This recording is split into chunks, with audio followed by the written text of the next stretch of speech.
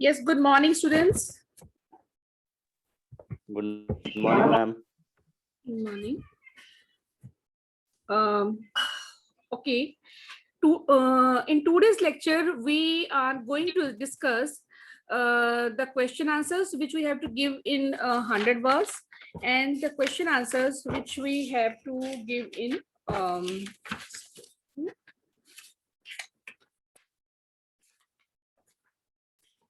means the longer questions, right? In 300 words.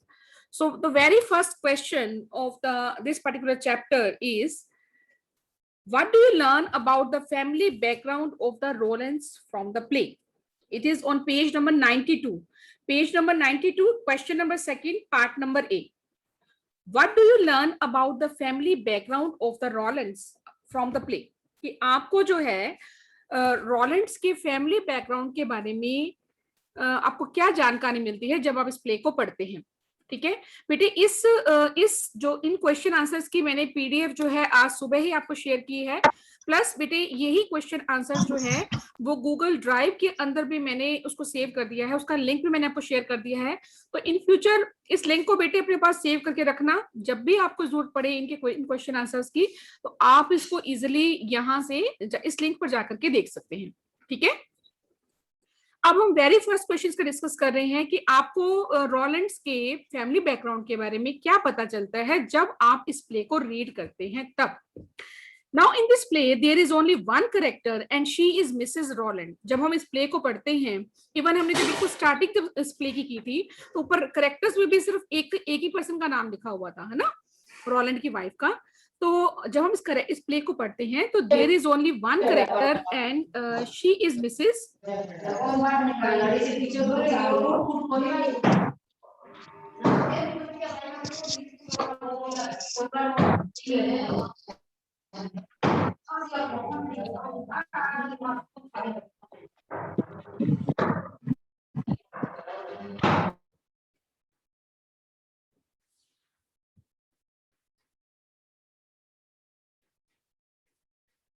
बेटे, am I audible? मेरी आवाज आ रही है अच्छे से? Yes ma'am. Okay, Yes, ma'am. बेटे एक मेरी हम्बल रिक्वेस्ट है, प्लीज अपने माइक्स को ऑफ करके रखना, क्योंकि एक भी बच्चा अगर अपना माइक ऑन करता है तो पूरी क्लास में डिस्टर्बेंस क्रिएट हो जाती है। ठीक है, तो अपने माइक को ऑन ऑफ करके रखिए। हाँ, जब आपकी कोई क्वेरी है देन अनम्यूट योरसेल्फ। ठीक है, अपनी क्वेरी करने के लिए अपने आप को अनम्यूट करें, अपना क्वेश्चन जो है रेज कर दे। अच्छा, उसके बाद इस प्ले के अंदर हम देखते हैं, this very play there is only one character and she is Mrs Rowland. वो उनका नाम क्या है? मिसेस रॉलैंड आप उनको कह सकते हैं। The presence of her husband is felt only through her monologue. हम उसके हस्बैंड की प्रेजेंस को कहां पर फील करते हैं?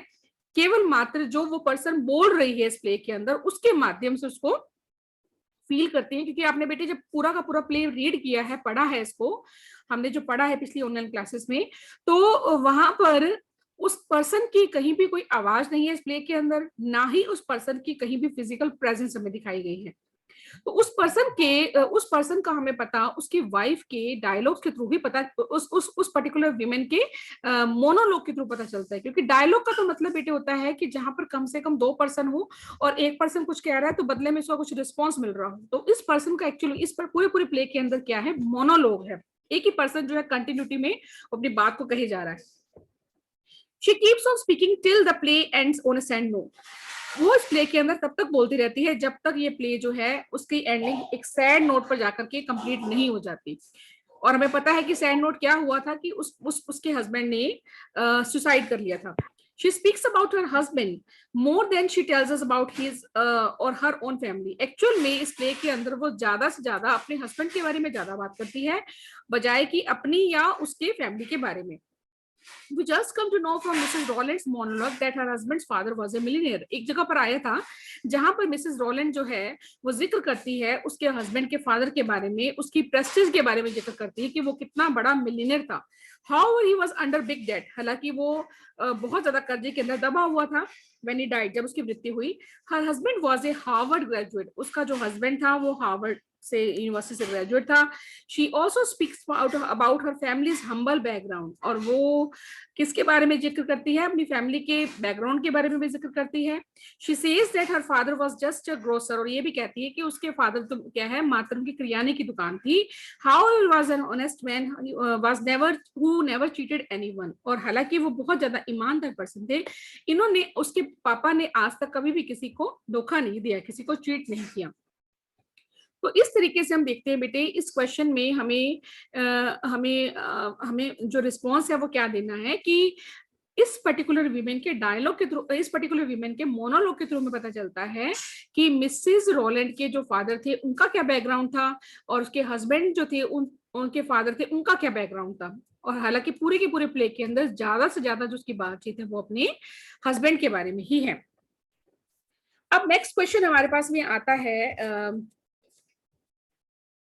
why does Mrs. Roland not want to leave her husband and go back to her parents?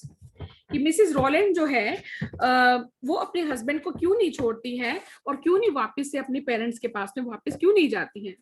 As we all know that कि Mrs जो रोलैंड है वो बहुत ही अमीर इंसान से मैरिज करती है ना, और उनके जो फादर है उनको क्या बोला जाता था कि वो बहुत ही मिलियनियर किस्म के पर्सन है, इसलिए बहुत ज्यादा खुशी खुशी वो क्या करती है, अल्फ्रेड से मैरिज कर लेती है।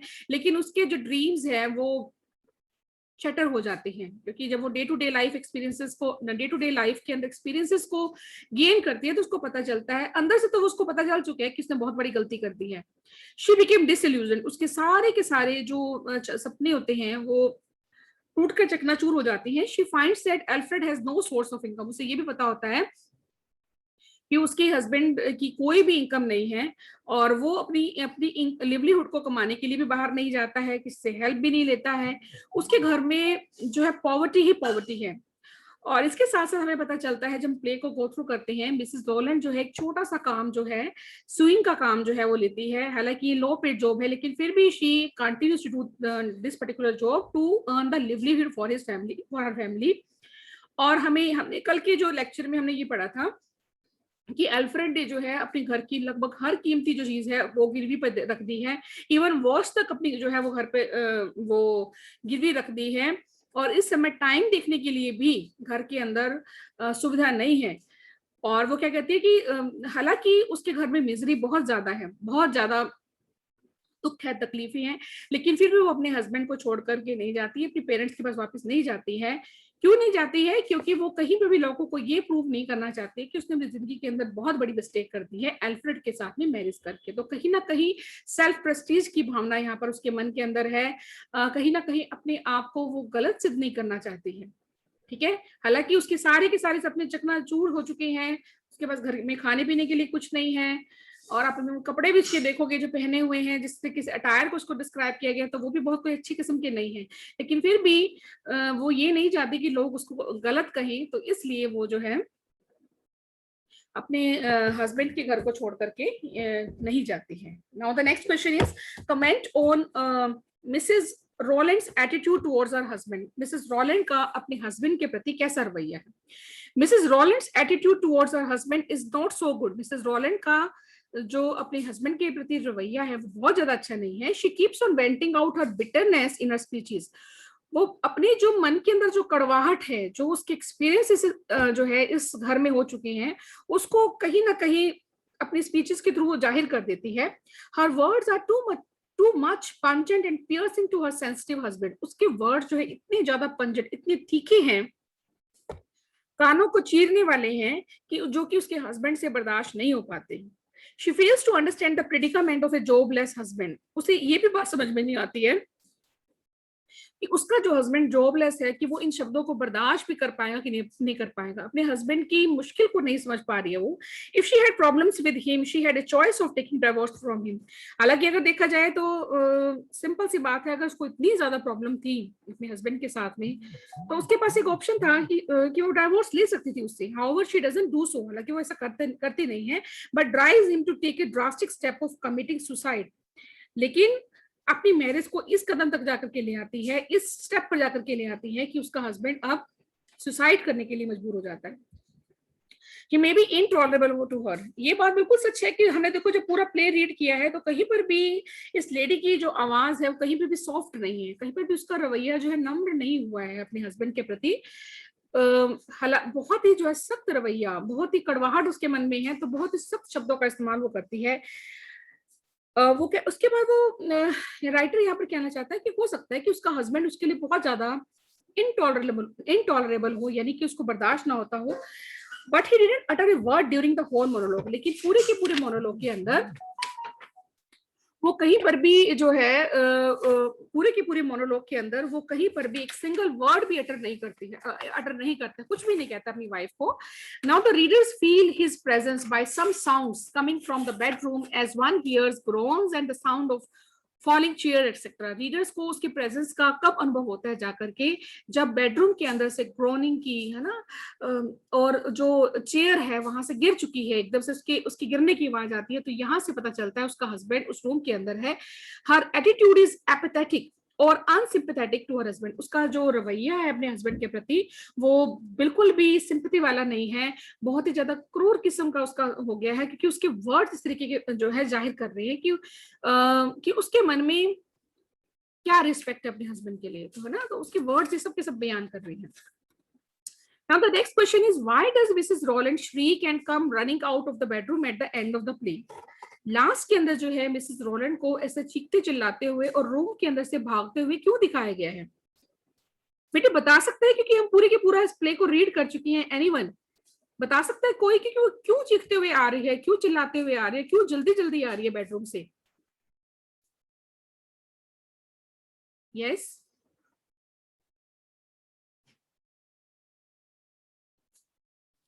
Okay. Now Mrs. Rowland shrieks and comes running out of the bedroom at the end of the play. Mrs. जो रोलैंड है वो अपने रूम से चीखते हुए आ रही हैं, अपने रूम से भागती हुई आती हैं, प्ले के अंदर दिखाया गया है। This doesn't happen all of a sudden, ये एकदम से नहीं होता है प्ले के अंदर। It is Mrs Rowlands bitter words और remarks about her husband that lead to the tragic end of the play. ये एक्चुअली मिसेस रोलैंड के इतने ज्यादा कड़वे शब्द है अपने हस्बैंड के लिए कि जिसकी वजह से इस प्ले का जो एंड है वो बहुत ज्यादा ट्रेजिक है, बहुत ज्यादा दुखदाई है। हर हस्बैंड इज जॉबलेस, उसका जो हस्बैंड है उसकी कोई जॉब नहीं है। ही इज ए ड्रंकर्ड, पीता बहुत ज्यादा है। Who pawns the valuables of the house, और अपने घर की लगभग हर चीज जो है वो गिरवी रख देता है।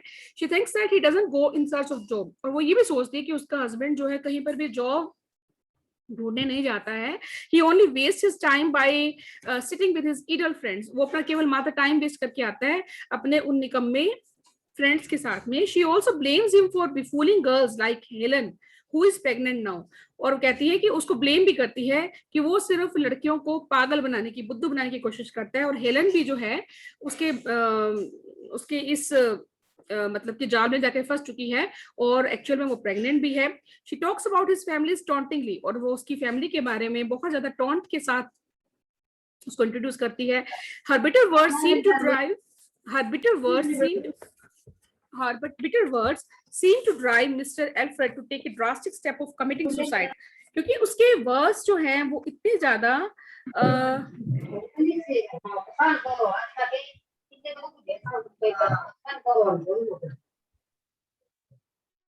उसके वर्ड्स जो हैं वो इतने ज्यादा उसके वर्ड जो है वो इतने ज्यादा बिटर हैं कि मिस्टर एल्फ्रेड जो है लास्ट में जाकर के सुसाइड करने के लिए तैयार हो जाते हैं, है ना। और she realizes this when she hears the sound of something fallen to the floor in her husband's bedroom, और उसको इस बात का तब अनुभव होता है जब उसके हस्बैंड के रूम से एक चीज जो है जोर से धम करके नीचे आके गिरती है। It makes her run shrieking out of the bedroom, उस प्रकार से वो चिल्लाते हुए रूम से बेड की ओर जो है वापस आ जाती है। अब यहाँ बेटे आपके जो क्वेश्चन आंसर है 100 वर्ड्स के अंदर ये कंप्लीट होते हैं। अब हम नेक्स्ट क्वेश्चन की ओर मूव करते हैं, which you have to give in around 300 words. Now the question is, how far has O'Neill succeeded in delineating the tensions in a marriage through the monologue of Mrs. Rowland? बेटे ये अभी जब हम question कर रहे हैं, मैं इसके बीच में आपको एक इम्पोर्टेंट जानकारी देती हूँ कि ये हम बेटे जो जूम पे मीटिंग ले रहे हैं ना, इस मीटिंग का जो टाइम है ना बेसिकली 25 to 26 मिनट्स रहता है बेटे। मेरे अभी लैपटॉप पे फ्लैश हो रहा है कि अभी सिर्फ लगभग 8 मिनट और 55 सेकंड इसके ओवर होने में रह गए हैं। इस बीच में बेटे अगर ये मीटिंग अपने आप ओवर ये हो जाएगी तो आप बेटे थोड़ा सा वेट करना, क्योंकि ये मीटिंग पहले रिकॉर्ड होगी, उसके बाद में एक आपको लिंक बेटे और भेजूंगी, ठीक है? और उस मीटिंग को लिंक को भेजते ही आप उसको तुरंत ज्वाइन कर लेना, ठीक है? ये मीटिंग बेटे अपने आप ओवर हो जाएगी लगभग अब टाइम मुझे दिखा रहा है 8 मिनट लगभग और 33 सेकंड। इसके बाद ये मीटिंग अपने आप ओवर हो जाएगी। इस जैसे ही अगर मान लो ये ओवर होती है तो उसका मतलब ये नहीं है कि मीटिंग मेरी तरफ से ओवर हो गई है।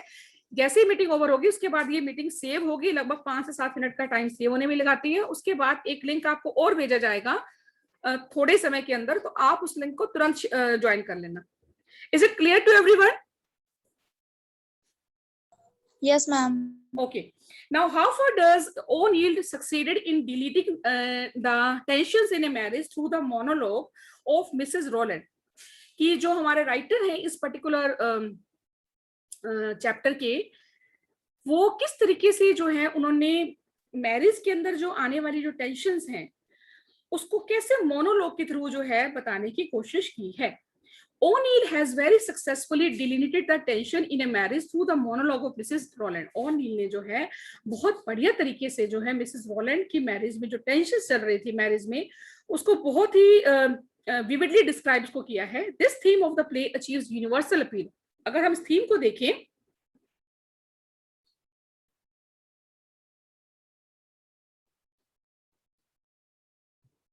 अगर हम जो है इस प्ले की थीम को जाकर के देखें तो इस प्ले की जो थीम में हमें भी मिलता है कि इसकी जो थीम है वो यूनिवर्सल है। कहने का मतलब क्या है कि हर पर्सन की लाइफ, मैरिड लाइफ के अंदर कहीं ना कहीं कुछ ना कुछ टेंशन जो है वो रहती हैं। तो ये जो मिसेस रॉलैंड की जो प्रॉब्लम है वो केवल एक मिसेस रॉलैंड की प्रॉब्लम नहीं है, बल्कि हर उस फीमेल की प्रॉब्लम है जो कि कहीं ना कहीं अपनी लाइफ में किसी न किसी पॉइंट को लेकर के सफर कर रही है। Because in this modern world this type of tension is generally found in married couples, है ना? हर मैरिड कपल के अंदर इस तरह की प्रॉब्लम आपको देखने को मिलेगी। The sources of the tension are several. हालांकि देखा जाए तो उस जो कपल के अंदर जो टेंशन का सोर्स है भले ही अलग अलग हो, यानी कहने का मतलब किसी कपल के अंदर किसी चीज को लेकर के आर्ग्यूमेंट है, किसी कपल के अंदर किसी चीज को लेकर आर्ग्यूमेंट है। तो जैसे मान लो हो सकता है कि एक पर्टिकुलर एक कपल के अंदर जो हस्बैंड है वो अनएम्प्लॉयड है, तो वो अनएम्प्लॉयमेंट उस घर की टेंशन है ना, या एक्स्ट्रा मैरिटल रिलेशनशिप है, ईगो क्लैशेस हैं, तो कोई भी सोर्स हो सकता है प्रॉब्लम का।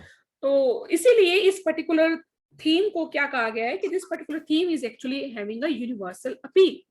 The sources of the tension are several. For instance, unemployment, extramarital relationship, and even ego clash in married life.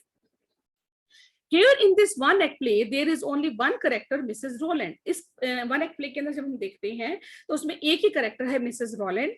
She keeps on speaking while preparing breakfast and even when she is having it.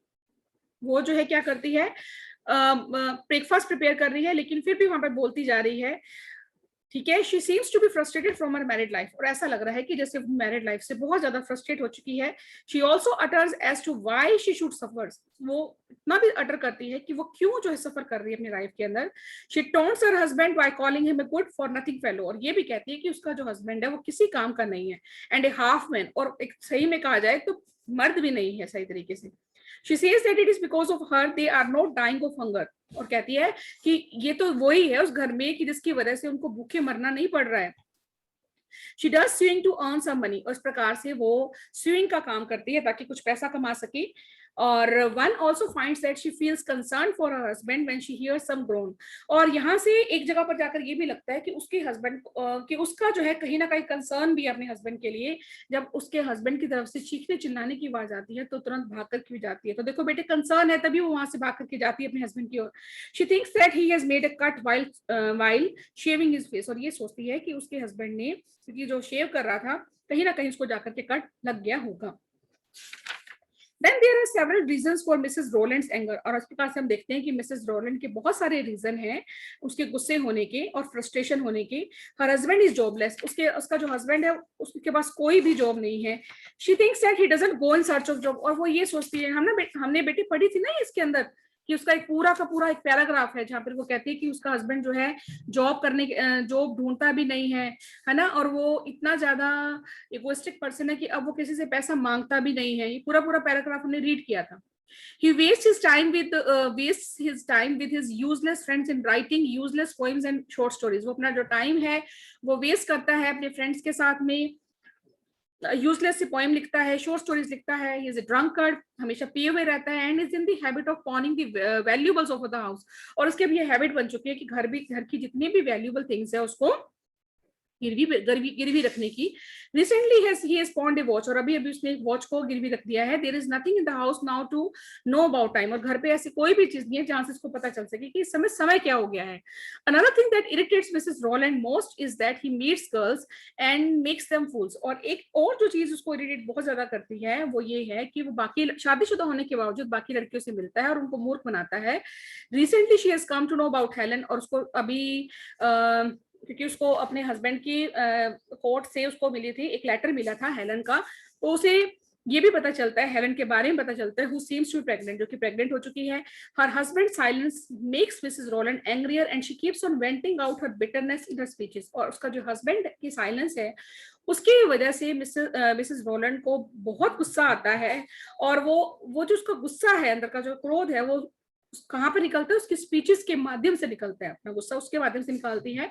Her words are too much pungent and piercing to her sensitive husband। इस प्रकार से उसके जो उसके जो words हैं अपने husband के प्रति बहुत ज्यादा पंजेंट हैं, चुभने वाले हैं, पियर्सिंग यानी कानों को खाते हैं उसके हस्बैंड के लिए। She fails to understand the predicament of a jobless husband. और इस प्रकार से वो फेल हो जाती है कि उसके हस्बैंड की एक्चुअल में कितनी बड़ी दिक्कत उसकी लाइफ में चल रही है, जिस वजह से और जिसको कि वो समझ पाने में असमर्थ रहती है।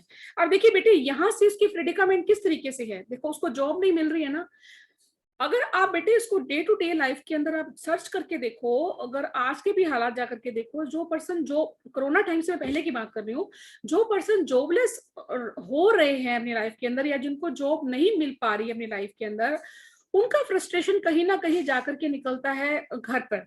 उनका रवैया कहीं ना कहीं बुरा होना शुरू होता है घर के अंदर, या फिर वो क्या करना शुरू कर देंगे, उनके एक्स्ट्रा मैरिटल अफेयर बनने शुरू होते हैं। क्योंकि घर में तो ऑब्वियस सी बात है, वाइफ तो उसको कहीं ना कहीं भी सपोर्ट करती नहीं है ना। इवन उसके वर्ड्स के अंदर जो है गुस्सा, घृणा के शब्द आने ज्यादा शुरू हो जाते हैं। तो ऐसे पर्सन ऐसा पर्सन अगर तो वो मेंटली उसके अंदर इतनी ताकत हो कि बैलेंस कर सके, है ना, और अपने संघर्ष को जारी कर सके, तो ये आमतौर पर देखने को आता है कि वो बैलेंस्ड मिलता है अपनी लाइफ के अंदर। लेकिन जो पर्सन मेंटली वीक होते हैं, तो उनका ये फ्रस्ट्रेशन जो है घर का एक्स्ट्रा मैरिटल लाइफ अफेयर के रूप में जाकर के निकलता है। क्योंकि एक सिंपल सी बात सोचने वाली है कि बेटे कि अगर वो घर पे ही सेटिस्फाइड हो अपनी फैमिली लाइफ से, तो वो क्यों जाके बाहर जाएगा एक एक्स्ट्रा मैरिटल लाइफ की, और क्यों जाएगा वो पर्सन, है ना। और इसके साथ साथ वो घर की चीजों को क्यों गिरवी रखना शुरू करेगा। कहीं ना कहीं वो पर्सन मेंटली फ्रस्ट्रेटेड होता है अपनी लाइफ के अंदर, इसीलिए वो इस तरीके के जो कामों को वो करना शुरू कर देता है। ठीक है बेटे, अब जो है टाइम फ्लैश हो रहा है, ये मीटिंग बेटे अभी ओवर होने जा रही है। विद इन फ्यू मिनट्स बेटे आपको एक और लिंक भेजा जाएगा, और आप उसको तुरंत ज्वाइन कर लेना, ठीक है।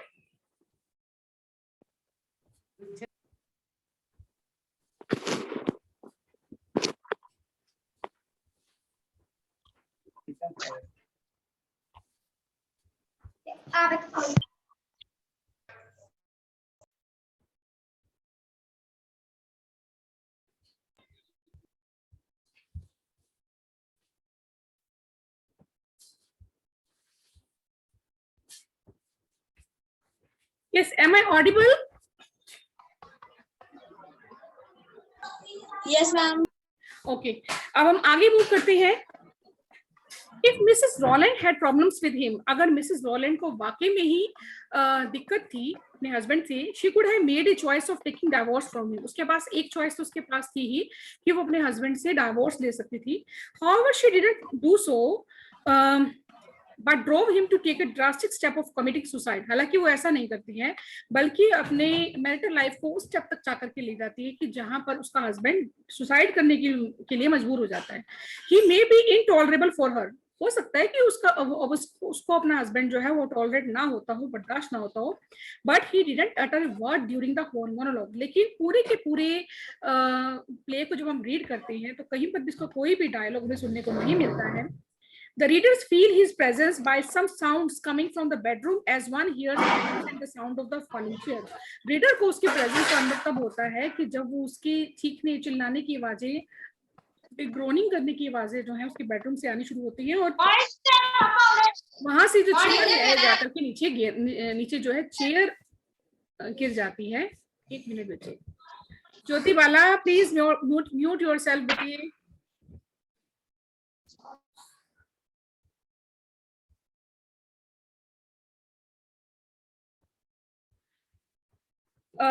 The readers feel his presence by some sounds coming from the bedroom as one hears groans and the sound of falling chair, etc. Thus, one may conclude that the writer has very successfully brought about the deep tension that is found in the marital life in these days. इस प्रकार से हमें पता चलता है कि writer ने बहुत ही अच्छे तरीके से डेलिनेट किया, उसको डिस्क्राइब किया है कि उन दोनों की मैरिटल लाइफ में कितनी ज्यादा प्रॉब्लम्स जो है चल रही थी। Now next question is comment on the appropriateness of the title of the play before breakfast. आपको इस पर्टिकुलर चैप्टर के टाइटल की ओर देखना है कि आपको क्या लगता है कि इस चैप्टर का जो टाइटल है बिफोर ब्रेकफास्ट, ये बिल्कुल ठीक है। The title of the one act play before breakfast is quite appropriate. जब हम इस पर्टिकुलर चैप्टर के टाइटल को देखते हैं तो हमें लगता है कि बिफोर ब्रेकफास्ट जो उसका नाम रखा गया है वो बिल्कुल एप्रोप्रिएट है। अब अगर जब हम कह रहे हैं कि इसको एप्रोप्रिएट है तो उसका मतलब हमें अपनी इस स्टेटमेंट को प्रूव करने के लिए सपोर्टिंग आर्ग्यूमेंट्स भी चाहिए कि अगर हम कहते हैं कि हमें ये चीज ऐसी लगती है तो किसी न किसी बेटे तर्क के बिहार पर, किसी न किसी प्रूफ के आधार पर हम ये बात कहते हैं। तो उन पर्टिकुलर जो कमेंट्स हैं जो इस पर्टिकुलर चैप्टर के अंदर यूज हुए हैं, ठीक है, या फैक्ट्स हैं, उसको अब हम इसका जोट डाउन करते जाएंगे, इसको वीव करते जाएंगे स्टेटमेंट के साथ में। There is only one active character in this one act play. इस पूरे के पूरे प्ले के अंदर एक ही एक्टिव कैरेक्टर है and further she does no action but speaks about the person whose presence is fault. एक ही कैरेक्टर है जो कि बात कर रहा है और उसकी जो दूसरा पर्सन यानी कि जो मिस्टर रोलैंड है उसके बारे में हमें किससे पता चलता है, जब उसकी वाइफ उसके बारे में बात कर रही है तो उसकी प्रेजेंस उसके हमें मोनोलॉग से जाकर के पता चलती है। This character who can be called the protagonist is Mrs Roland. अगर हम इस कहानी का अगर मुख्य नायक या प्रोटैगनिस्ट कहें तो वो मिसेस रोलैंड को हम कह सकते हैं। Her monologue centres on her husband Mr Alfred. उसका जो मोनोलॉग है वो अपने हस्बैंड के इर्द गिर्द ही घूम रहा है। It is morning time and Mrs Roland is about to prepare breakfast for herself and of course for her husband also. सुबह का समय हो चुका है। बेटी किसी का माइक ऑन है? Anil Kumar,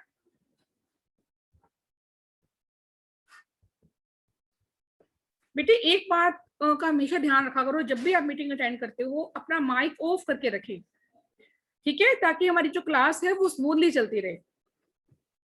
it is morning time and Mrs Roland is about to prepare breakfast for herself. अब सुबह का समय हो चुका है और मिसेस रोलैंड जो है वो ब्रेकफास्ट बना रही है अपने आप के लिए और and of course for her husband also, अपने हस्बैंड के लिए बना रही है। Her monologue ends up with her last expression of concern Alfred and that is before her husband's breakfast. उसका जो मोनोलॉग है वो कहां पर खत्म होता है, जब हम इस प्ले की एंडिंग पढ़ते हैं जहां पर वो कहती है एल्फ्रेड, जहां पर उसका कहीं ना कहीं कंसर्न नजर आ रहा है अपने हस्बैंड के लिए, क्योंकि जिस तरीके से उसकी टोन है, जो उसकी एक्सप्रेशन है ना, तो वहां से पता चलता है कि कहीं ना कहीं उसके मन में जुड़ाव तो कहीं ना कहीं है, कनेक्टिविटी तो कहीं ना कहीं है अपने हस्बैंड के लिए। और ये कब आता है? ब्रेकफास्ट के जस्ट पहले। The motive, or you can say that the idea of the breakfast recurs in Mrs. Roland's monologue several times. ये जो आइडिया है बार बार ब्रेकफास्ट का सॉरी उसको रिपीट किया गया है मिसेस रोलैंड के मोनोलॉग के अंदर और बहुत बार इसका जिक्र हो रहा है। She tells her husband tauntingly that there is not much material present in the kitchen for preparing breakfast. वो ये भी कहती है, taunting वे में कहती है कि उसकी किचन के अंदर बहुत सारा मटेरियल भी अवेलेबल नहीं है ताकि वो ब्रेकफास्ट को बना सके। She says all we got this morning is bread and butter and coffee. अब मैंने बेटे यहाँ से एग्जाम्पल्स उठाए हैं आपके चैप्टर में से, जो डायलॉग जो मोनोलॉग्स यहाँ पर आए थे उससे कुछ एक मोनोलॉग्स को मैंने उठाया है ताकि we can prove the statement की जो टाइटल है इस पर्टिकुलर चैप्टर को बिल्कुल एप्रोप्रिएट है। फर्स्ट देखो क्या उठाया है मैंने इसमें. She says all we got this morning is bread and butter and coffee. कि हमारे घर पे इस समय जो कुछ भी अवेलेबल है मॉर्निंग के लिए, खाने के लिए, वो क्या है, मात्र ब्रेड एंड बटर है और कॉफी है. She has old stale bread, और उसमें से जो ब्रेड है वो भी कैसी है, बासी है. After preparing it, she slams the loaf of bread on the table. जब वो ब्रेड को बना लेती है तो उसके बाद जोर से धम करके जो है उसको रख देती है उस टेबल के ऊपर. She utters, और क्या बोलती है, the bread is stale. जो ब्रेड है वो पूरी तरह से बासी हो चुकी है. I hope you will like it, और मुझे ऐसा लगता है कि शायद तुम इसको पसंद करोगे. ये जो बेटे टोन है ना इसकी बहुत ही सार्केस्टिक टोन है. You don't deserve any better, और कहती है कि तुम इससे ज्यादा तुम डिजर्व भी नहीं करते अपनी लाइफ के अंदर. Then she tells him that the coffee will be ready in a minute, और कहती है कॉफी जो है 1 मिनट में रेडी हो जाएगी. And she will not wait for him to come there, और वो बिल्कुल भी वेट नहीं करेगी उसके आने का. After that she sips her coffee and keeps on speaking her sarcastic words about her sorry, about her husband who is supposed to be sleeping in her bedroom. उसके बाद वो कॉफी को सिप सिप करके पीना शुरू कर देती है, और फिर भी उसके जो सार्केस्टिक, जो व्यंग्य भरे जो शब्द है वो जारी रहते हैं अपने हस्बैंड के लिए, जो कि ऐसा लग रहा है हमें प्ले के अंदर कि वो अभी बेडरूम के अंदर सो रहा है. She seems to be frustrated from her own married life, बहुत ज्यादा फ्रस्ट्रेट हो चुकी है, उकता चुकी है अपनी मैरिड लाइफ से. She also utters her husband by calling him a good for nothing fellow, और अपने हस्बैंड को ये भी कहती है कि उसका हस्बैंड किसी काम का नहीं है, और वो तो एक्चुअल में ये कहना चाहिए कि वो तो हाफ मैन है. She says that it is because of her they are not dying of hunger, और ये भी कहती है कि उसकी वजह से उसके जो घर, उसका हमारा जो घर चल रहा है, भूखे नहीं उनको मरना पड़ेगा. She does swing job to earn some money, और अपनी लिवलीहुड को कमाने के लिए क्या करती है, वो स्विंग का छोटा मोटा काम करती है. One also finds that she feels concern for husband when she hears some groans, और हमें इस प्ले के अंदर एक इंसिडेंट से पता चलता है कि कहीं ना कहीं उसका हस्बैंड के प्रति कहीं ना कहीं कंसर्न भी है. She thinks that he has made a cut while shaving his face, और उसको लगता है कि एक जगह पर जाकर लगता है कि उसके हस्बैंड जब शेव कर रहा था अपने फेस को तो उसने कहीं ना कहीं कट लगा लिया है. There are several reasons for Mrs. Rowland's anger and frustration. उसके बहुत सारे कारण हैं कि क्यों उसे इतना गुस्सा आ रहा है, क्यों इतनी फ्रस्ट्रेटेड हो चुकी है अपनी लाइफ के अंदर. फर्स्ट ऑफ ऑल उसका जो हस्बैंड है वो कैसा है, जॉबलेस है, उसके पास कोई जॉब नहीं है. She thinks that he doesn't go in search of job. उसे ऐसा भी लगता है कि उसका हस्बैंड जो है कहीं पे भी जॉब को ढूंढने के लिए भी नहीं जाता. He wastes his time with his useless friends in writing useless poems and short stories. और वो अपना टाइम सारा का सारा वेस्ट कर देता है इधर उधर घूमने में, फ्रेंड्स के साथ में, और यूजलेस पोएम्स लिखता रहता है, स्टोरीज लिखता रहता है. पीता बहुत है, he is a drunkard and is in the habit of pawning the valuables of the house, और उसकी हैबिट बन चुकी है कि वो अपने घर की कीमती चीजों को गिरवी रख देता है, और उसके बाद उससे जो पैसा मिलता है उससे पीना शुरू कर देता है. Recently he has pond A watch, और अभी भी जो उसने क्या किया है, एक घड़ी को उसने गिरवी रख दिया है. There is nothing in the house now to know about the time, घर में ऐसा कुछ भी नहीं है कि जहां से वो टाइम पता कर सके. Another thing that irritates Mrs Rowland most is that he meets girls and makes them fools, और एक बात और भी कहती है कि वो गर्ल्स को भी फूल बनाने की कोशिश करता है ना. और recently she is come to know about Helen who seems to be pregnant. अभी अभी उसको पता चलता है जब उसके कोर्ट से एक लेटर निकलता है जिसमें हेलन का जिक्र है, और उसको पता चलता है कि ये इस लेडी का अफेयर है इसके हस्बैंड के साथ में, वो प्रेग्नेंट भी हो चुकी है. Her husband silence makes Mrs Rowland angrier and she keeps on venting out her bitterness in her speeches, और उसके हस्बैंड की साइलेंस जो है वो ये डिनोट करती है कि एक्चुअल में मिसेस रॉलैंड उससे बहुत ज्यादा नाराज है, बहुत गुस्से है, और अपनी बिटरनेस को अपने डायलॉग के थ्रू, अपने मोनोलॉग के थ्रू, अपनी स्पीचेस के थ्रू वो बयान करती है. Her words are too much pungent and piercing to her sensitive husband. उसके जो वर्ड्स हैं वो इतने ज्यादा तीखे हैं, सुने नहीं जाते हैं उसके हस्बैंड के द्वारा, क्योंकि उसका हस्बैंड जो है बहुत ज्यादा एक्चुअल में सेंसिटिव तो हो ही चुका है, उसके पास जॉब है नहीं, घर की सारी चीजों को गिरवी रख चुका है. इस फ्रस्ट्रेशन के अंदर वो उसका एक लड़की के साथ अफेयर भी हो गया जो कि प्रेग्नेंट हो चुकी है. तो सारी की सारी जो है एंटी है उसकी लाइफ की. अब Now, at last she hears the sound of something falling in Mr. Alfred's bedroom. Last में जाकर के क्या पता चलता है कि मिस्टर एल्फ्रेड के रूम से कोई चीज नीचे जाके धम से गिरती है. She runs to the door feeling much worried, और इस प्रकार से वो डोर की ओर जो है बहुत चिंता में जाती है. She calls pathetically Alfred, और हमें लास्ट में सिर्फ एक ही वर्ड सुनने को मिलता है जाकर के, एल्फ्रेड, है ना.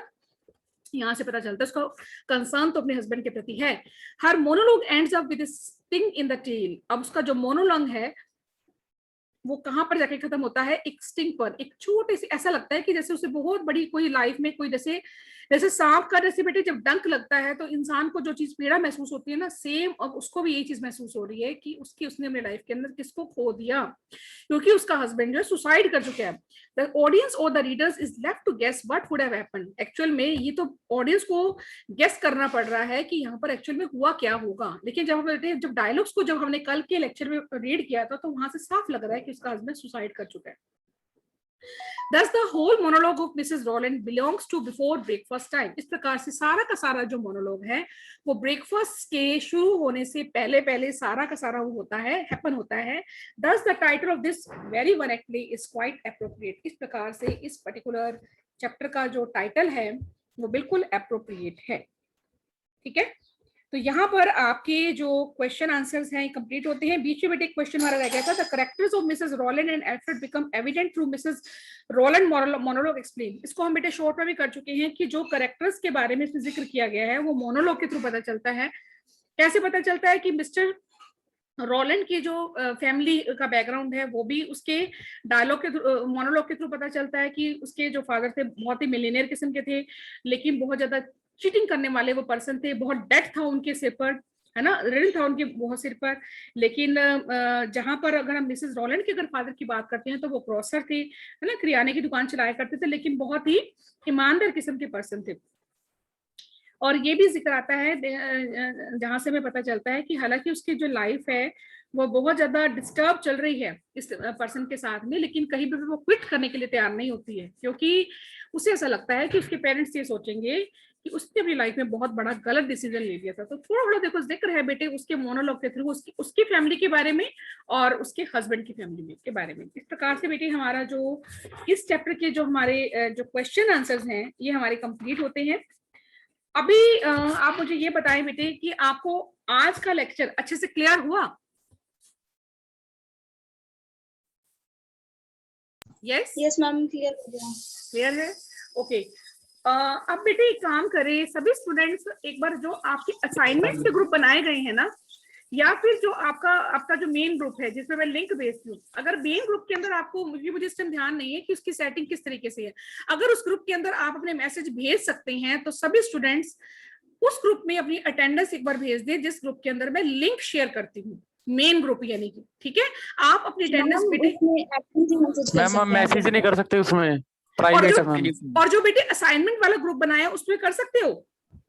हाँ जी उसमें कर सकते हो। हाँ तो ठीक है बेटे, एक बार आप असाइनमेंट, आपको बेटे जो बच्चा ऐड नहीं है ना, जो बच्चा बेटे ऐड नहीं है ना, एक बार मुझे वो पर्सनल मैसेज कर दे, मैं आपको लिंक शेयर कर दूंगी और आप उस लिंक को ज्वाइन करके उस ग्रुप में ऐड हो जाए।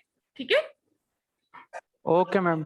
हाँ ma'am assignment okay ma'am. Yes, assignment कब जमा करवानी है? 16th बेटे लास्ट डेट है आपकी। ठीक है, ठीक है, तो आज का बेटे करवा सकते हैं। हाँ बेटे पहले भी आप करवा सकते हो, लेकिन एक चीज ध्यान रखना कि दोनों के दोनों असाइनमेंट बेटे आप बना करके उसकी पीडीएफ मुझे एक ही भेजना। ठीक है, ठीक है। हाँ तो बेटे आज की क्लास आपकी यहीं पर डिस्पर्स होती है, कल के लेक्चर में हम नेक्स्ट चैप्टर बिगिन करेंगे। So thanks to all and have a nice day. Okay, thank you ma'am. Thank you ma'am. Okay, thank you.